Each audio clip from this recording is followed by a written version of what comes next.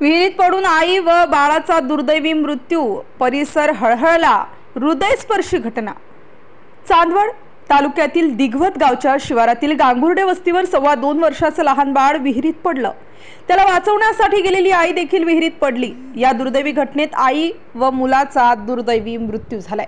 या घटनेमुळे संपूर्ण तालुक्यात हळहळ व्यक्त केली जात आहे. ही घटना सकाळी 9 वाजेच्या सुमारास दिघवत येथील गांगुर्डे वस्ती येथील शिवांश दौलत गांगुर्डे 2 वर्ष 2 महिने सकाळी 9 वाजता खेळत होता. खेळता खेळता तो विहिरीजवळ गेला असता तो विहिरीत पडला. त्याला वाचवायला त्याची आई पूजा दौलत गांगुर्डे वय 27 वर्ष या पळत गेल्या. त्यांनी पोटच्या गोळ्याला वाचवण्यासाठी खूप आटापिटा केला, मात्र त्या हाताने दिव्यांग असल्याने त्या देखील विहिरीत पडल्या.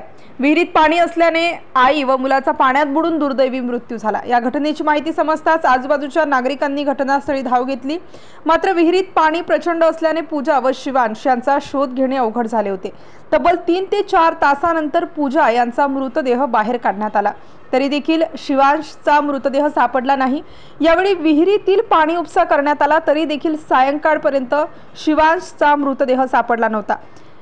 शेवटी 7:30 वाजेच्या दरम्यान शिवांशचा मृतदेह पाण्यातून बाहेर काढण्यात नागरिकांना तसेच प्रशासनाला यश आले. पूजा यांचा मृतदेह उत्तरीय तपासणीसाठी चांदवड उपजिल्हा रुग्णालयात आणला होता.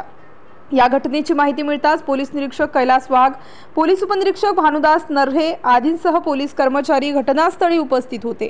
या घटनेची माहिती मिळताच नागरिकांनी घटनास्थळी मोठी गर्दी केली होती. Star news bureau, Nashik.